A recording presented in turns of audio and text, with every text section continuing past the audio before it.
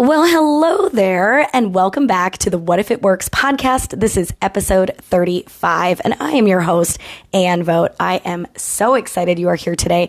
I am giving away a strategy to help you move from passive communication into a more assertive communication style. I'm going to walk you through why using phrases like any chance you could, or when you get a moment, or do you think you might have time to? We're going to move away from those phrases, and we are going to get so clear and so direct that the people you are talking to feel confident in the action to take moving forward. I am pumped for this episode and cannot wait to see how you utilize this strategy in your everyday life, not just at work, but also at home. Let's get learning. I just got done with an incredible week last week in which I was coaching. I was meeting new clients that I'll be coaching coming up this spring. I had a big presentation, a 2-day presentation with a lumber company, and then had some coaching yesterday. Now, why do I bring all that up? Because there was a theme. And I want to get into that theme today, which is how can we shed the Minnesota nice and the passiveness and be more assertive? And then what will other people gain from us, and what will we gain selfishly when we are more clear and we are more assertive as we lead other people? And remember, you are leading other people whether you have a title of leader or not. And so today we're going to talk about how can we change some of our passive phrases and move them more into an assertive way so that people are confident in taking action and they know exactly what you are looking for. Now, when I first started creating speaking presentations, I was focused on the culture for everyone else to thrive in, right? I originally started this as an educator, and I was thinking to myself, how can I help teachers make classroom cultures where students can thrive? However, that's not always what I want, because sometimes when the students are thriving, the teachers are in survival mode, right? And so I changed the title of my presentations, and now I almost always go with creating cultures where you and others thrive. And now, why do I bring that up?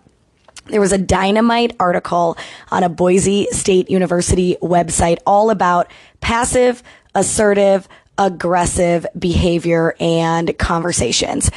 And in there, it gave the definition of assertive, and it said acting in a way where you and others feel respected. And so I want to talk a little bit about this article and what I gained from it. A few of the definitions that I found on this Boise State Pressbooks article. And by the way, I got to tell you, the title at the top is Making Conflict Suck Less: The Basics, which I just really appreciate.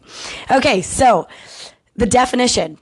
We'll start with assertive because I already kind of hinted at it. It means that you use a communication style in which you stand up for your rights while maintaining respect for the rights of others. Now, that is what I am always preaching, and that is what I feel like a lot of my training leans on, is how can we be respectful to others while also being respectful for what we need and for what we want and for what we are creating. Now, let's talk about passive. Raise your hand if you feel like you fall in the passive category. Now, here is the definition: a communication style in which you put the rights of others before your own, typically minimizing your own self-worth. Now, some of you might have heard that and you're like, no, Ann, I don't always put the rights of others before my own, and I definitely don't minimize my self-worth. But when you think about it, if you are using phrases like, hey, any chance you would have time to, you are putting others in front of yourself. Or if you say things like, hey, just wondering if you could help with, you are putting others and their time or their talents ahead of your own, right? And so today we're going to talk about how we can get away from that passive conversation style and move more towards into assertive. Now, I am not going to talk much about aggressive communication, and here's why. I just don't believe many of you are struggling with that. I don't think many of you listening to this podcast are using aggressive communication styles. And here's why I say that.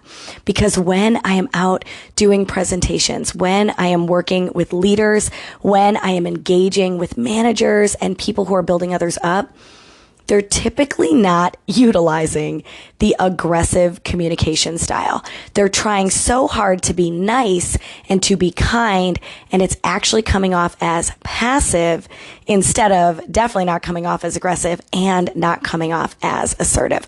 So I might make a few comments here and there. If you are in the aggressive category and you want to get away from it, you need to hit me up. So send me an email, impact@anvote.com, and we can have a one-on-one conversation about how to take some of your aggressive tendencies and really peel back how to be more assertive. But this episode is for those passive pals out there who are really, really, really wanting to get their voice heard and really wanting to be assertive, but feeling like they just don't have the skills to do that. We're going to give you some language to use today to really get yourself and other people confidently taking action. Now, really quickly, the aggressive definition is that it is a communication style in which you stand up for your rights, but you violate the rights of others. So like I said, we're not even going to go there today because I believe so many of you fall in the either passive or assertive category. Now, let's take another little look at these three continuums or these three behavior patterns. If you tend to be passive, you are typically apologetic and you sound very tentative when you speak. So it might sound something like, I'm so sorry to bother you, right? Or correct me if I'm wrong. And you come kind of forward with this passive tone and this hesitation in your communication. Also, passive people tend not to speak up when they are wronged. Think about that. We are out in the world, we are engaging with other people, and people might be wronging us, and we are not speaking up because we want to take the passive approach. Now, how many of us, when we were young, right? I know that the majority of my listeners are millennials because analysis tells me that on my podcast listeners. And as millennials, we were told, like, if you don't have something nice to say, don't say it, right? Or we were told not to engage in conflict. And so we need to really sharpen our assertive skills so that we can thrive and so can the people around us. Now, assertive communicators, like I said, we respect our own rights and the rights of others. This person tends to be more direct, but not insulting and not offensive. And what I love about this is that you are willing to stand up for your own rights, but make sure that other people's rights aren't being negatively impacted at the same time. Now, maybe some of you know some aggressive communicators and you were thinking to yourself, man, I kind of want to hear about that because I think my boss is an aggressive communicator. And that might be the case. They are consistently standing up for themselves and their own rights and not worried about others. They tend to communicate in a way that tells others that the other person doesn't matter and their feelings don't matter. Your feelings are not important. If you are assertive, you are saying my feelings are important as well as yours. And if you are passive, the other person's feelings are more important than the person communicating. So we want to move you from the passive continuum over into the assertive continuum because all of us have voices that matter. We all have needs that matter. We all have rights that matter. And so acting in a way that positions ourselves as important as well as the other person is going to be fundamental in order to communicate well and lead other people. Let's walk through some examples of phrases you might be using, and then I'm going to give you a strategy to turn what you are trying to say or what you are trying to ask into an assertive request. All right. So first up is any chance. Any chance you could look over this final draft. Any chance you could help me with laundry. Any chance you'd like to work on the final edits on this project.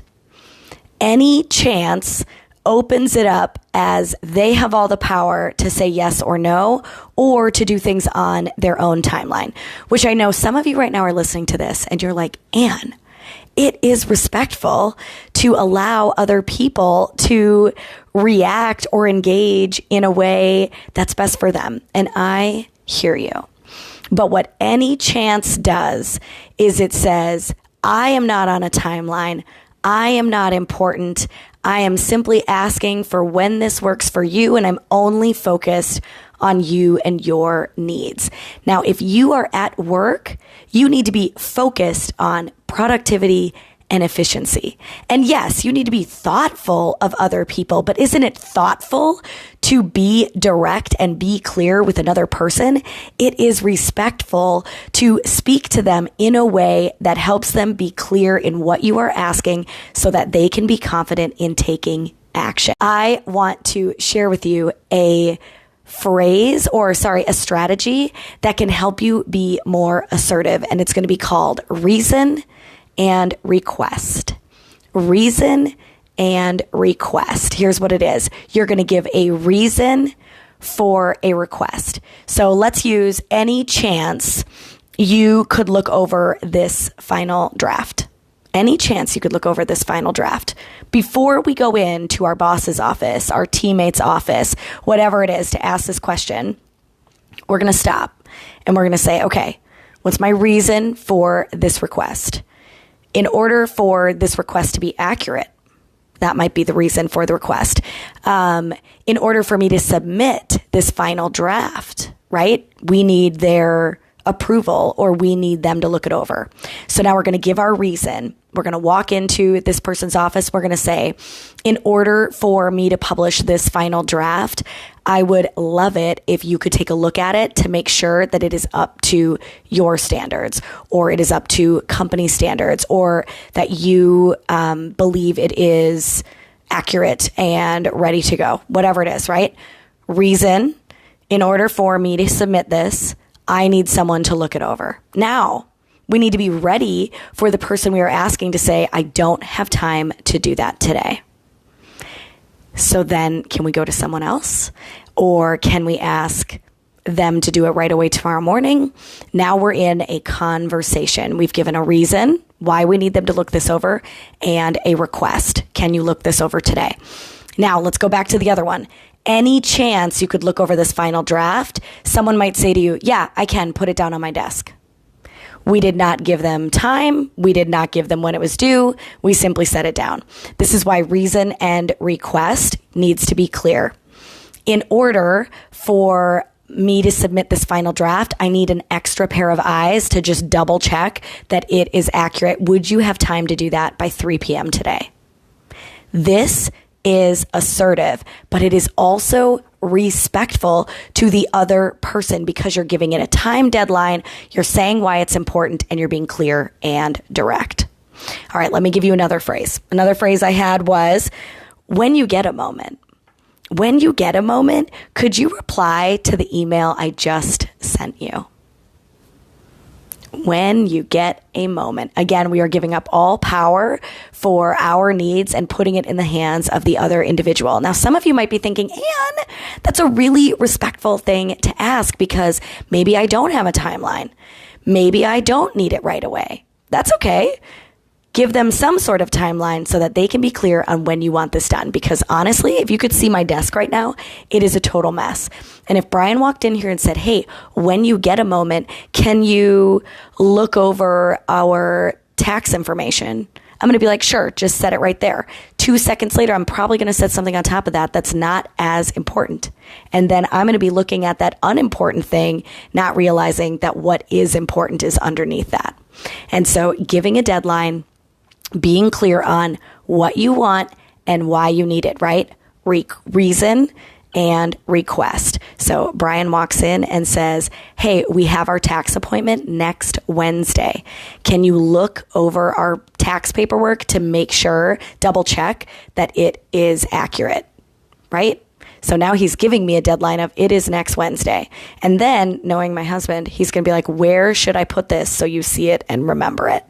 And that is assertive because it's important for him that it gets done and it's important for me that it gets done. And he's aware that when I set things down, I have a tendency of overlooking whatever it is on top of it, right? And so let's be really clear. So instead of when you get a moment, can you reply to this email? You could walk into an office or run into them in the hallway or whatever it is. And you simply say, I just sent you an email. And if you could reply to that by Friday, I'm going to be able to move forward on whatever you're asking of them, right? So now we're getting extremely clear. Somebody might be like, oh, I just saw that come through. You need a response today. I can do that right now. That'd be great. Then I don't have to bother you later this week. Excellent. And we get moving. Being clear and direct, giving deadlines, giving exactly what you need from them. I need you to reply, right? Instead of, hey, can you look over, when you get a moment, can you look over this email? They might have looked over the email and been like, yeah, it looks good, but not replied to you, not sent it back to you, or said, oh, I'll tell her when I'm leaving the office today, and they completely forget because of all the other things that happen, right? We are going to be direct. Another one, and I'm going to use this as an example with a spouse, which could definitely be used at work too, but do you think you could? Do you think you could opens up the door to me, if I'm being communicated with, to say, no, I don't think I can, right? And so make sure that if you're asking me to do something that you need me to do, we are rewording that with reason and request. So for example, my schedule is very different, right? Because I'm a presenter, I'm not always busy. And because of my coaching hours, sometimes I can pick up the kids, drop them off at school, all the things, and other times I can't. And so I used to ask my husband, hey, do you think you could pick up the kids this Wednesday? To be fair, I have a backup plan, right? My parents live nearby. I could ask them to come get my kids. However, asking, do you think you could, insinuates that I have all these other options and they are going to take me more time. And so I started using different asking with reason and request. And so I would say things like, this Wednesday and Thursday, I'm in Minneapolis for an event. Is it going to work for you to pick up the kids? I am still giving him an option to say, no, it doesn't work for me because this is his busy week. Or yes, it works for me. I can get them, right? But I'm asking in a way that's giving him a reason and then request. Can you pick up the kids? And typically he's like, yep, I can make that work, because he knows the reason. Now, if I were simply to say, hey, next Friday, do you think you could pick up the kids? I can tell you right now, he will ask, what's going on? Or, what's the reason that you need this? Because we are conditioned now to give reason and request at the same time. And so it's good. It's assertive. It's sharing what you need, but also in a way that's very direct so the person can give you a solid answer on the spot. And that's what we want to do. The last thing I want to talk about came up yesterday. So I have a new round of coaching clients on Mondays from the same company that I coached back in the fall. And we were going through the very first set of training. And so that first group coaching call is always a 30-minute training added on with 30 minutes of practice of a skill. So we were going through this skill, and one of my clients said, hey, Anne, sometimes I don't want to call people out for what they're doing. And instead, I kind of use like a different excuse that would get them to change their behavior. So for example, I see two people standing in an area during work time and they are just chit-chatting. And I will walk up and I will say, hey, in order for Anne to get her work done, Jason, I'm going to need you to go back to your workstation, right? And he said, what do you think about that? And I right away thought that's a very kind way to approach it. But if you don't want Jason in Anne's work area anymore, you need to be more direct, because when we're passive, it opens it up to multiple perspectives. When we are assertive, we are very clear in what we expect going forward. And so walking up to those two people where Jason is in Anne's work area and they're just chatting about March Madness, that is unhelpful for productivity and efficiency at the company, right? And so instead, I was helping him say reason and request, which is, we need to stay productive, and I see that you're outside of your work area. I'm going to ask that you head back to your workstation and you two can catch up at lunch, right? So this is a very direct ask. I see, or I notice, right? If you phrases that work, I think this was the second or third phrase that work, saying, I noticed, and you're out of your work area. That is a fact. I cannot argue with that. That is not, I can't misconstrue that. That's true. Anne is outside her work area. So we are being very clear and very direct. And then, so that's my reason for coming up to talk to you. And then my request, I'm going to need you to go back to your work area and be productive, right? That is a very clear request. That is how we get assertive. The same can go with your kids. So we might know that they're tired or know that they're hungry, and we give them a scapegoat for some of their behavior instead of calling it like it is, right? And so let's be more assertive. Use the words that are going to create action and get really, really clear. If nothing else, here's what this does for you. When you approach situations assertively, it opens the door to clear communication back to you. But if we are being passive, there's a tendency for other people to respond in a passive way as well. And that's not what we want for ourselves either. And so when you model being assertive, you are going to see it come back from others at the same time, which is exactly what we want. That's what we want, right? We want people modeling back to us what we are modeling to them. And what if it works? What if you start changing up your language just a little bit to get a little more clear, a little more concise, a little more direct? And now when people are asking you questions, when people are approaching you with requests, they are giving you their reason and their direct request, right? What is that going to do for you? This is going to open up so much more time that we waste when we are hiding in the gray area. And so get clear, set other people up for success. Be open to them being direct to you as well. And some of us might be uncomfortable with that. I actually was a camp counselor, and as a camp counselor, I was also the assistant program director at a summer camp out in New Hampshire. And while I was there, I actually had the coordinator of all the staff come speak to me, and she said, "Hey, Anne, here's the deal. You are so assertive." And I was just like beaming. I was beaming because that is such a compliment. And she said, "But some of the staff members you work with are not used to that. And they are very passive. And they want you to communicate with them in a less assertive way." And she said, "I'm so sorry to share this to you in this way, because I love how assertive you are. You're very direct, you're very clear, but maybe adding a few pleasantries in there at the same time would help them warm up to your assertiveness." And I will tell you that I grew from that advice. And that was simply like, I would be sending emails saying, "Hey, Jennifer, I'm going to need you to take your kids to this field this afternoon now, instead of being on this court because we had to move the art room to the outdoor location." Done. That was all I was saying.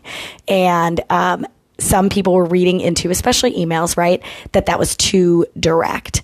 And so she was simply adding like, "Hey, Jennifer, hope you're having a great day. We had a few things come up and we had to shift the art class to outside. Because of this, I'm hoping you will be willing to do da, da, da." So I was still asking and being direct with what I needed from people, but I was adding a little bit of a cushion. And now that is up to you to add had that or not, but I will tell you, I definitely grew through that experience of being told sometimes your assertiveness, when read through an email, can come off in a way that you do not want. And so adding some of that cushion was helpful in that type of work environment, right? I also used to be a teacher. That's very similar to camp. You have a lot of people who are very emotionally charged by what they do. And when people are emotionally connected to the work that they do, they want to be treated in a way that is respecting that work that they are putting in. And so being respectful of that and adding a little bit of cushion did go a long way. And still to this day, I will type an email with a response in seconds. I'll be like, yep, I can do that. I'll have it done by noon. Could you send me da da da da da? And then I literally get done. And I go back up to the top. I add their name. I add a quick comment. Maybe it's something like, thank you so much for doing XYZ. Then I put in what I need from them. And then I tell them, thank you and have a great weekend, or enjoy the sunshine. Or I hope, you enjoy the snowfall this weekend, or whatever it is, just to kind of add some cushion and personality to my requests on email. Now, some of you work in a very direct way, and you do not have time for those pleasantries, and that is okay. But what I want to tell you is, what if this works? What if you start utilizing this and you see people utilizing it, not just back to you, but with other employees as well? This is a way for you to grow your skills while modeling it for others. And if you are a parent, I want you to start utilizing this every single day. Reason and request. You want your son to pick up his socks that he put underneath the dining room table because he took them off when he sat down to eat? Great. Reason and request. If you want your kids to start getting ready because it's almost time to go, reason and request. Simply saying something like, hey guys, it's 7:35 on the clock. That means I need you to brush your teeth so we can have our shoes on and be out the door in 5 minutes, right? Direct, giving exactly what we need, reason and request. I want to know if you use this. Please fill me in, send me a message. You can hit me up on Instagram at AnnVote. That's ANNVOTE. You can send me a message on my Facebook page, Impact to Influence, or you can shoot me an email always and anytime, impact@annvote.com. Reason and request. Let's see if it starts to change the game for you and change the behavior and the reactions of others, because that is what I am here for. Help you create an environment that other people are taking action confidently, where they feel valued and trusted because of who you are as a leader. I want to wrap up the show with a little request. As I have been sharing about the podcast and as I have been out presenting, I have heard so many people say how grateful they are for some of these small tips and tricks that have made a huge difference in their work environments or in their home lives. And so if that is you, if you heard that and was like, yes, and I have also used some of these strategies and they've really helped me, if you could spread the word about this podcast and about this page, right? The Impact to Influence Facebook page or the AnnVote account over on Instagram. If you could share that out to your network, it not only helps myself reach a larger audience, but it helps those people take action as well. And so there are people in your lives who are feeling stuck, who feel like they don't know what to say and they don't know what to do in order to move the needle and build momentum. And some of these strategies might be exactly what they need to do that. And by you sharing it, you are blessing them with their own learning and their own growth. And so I just thank you for all of you who have done that already.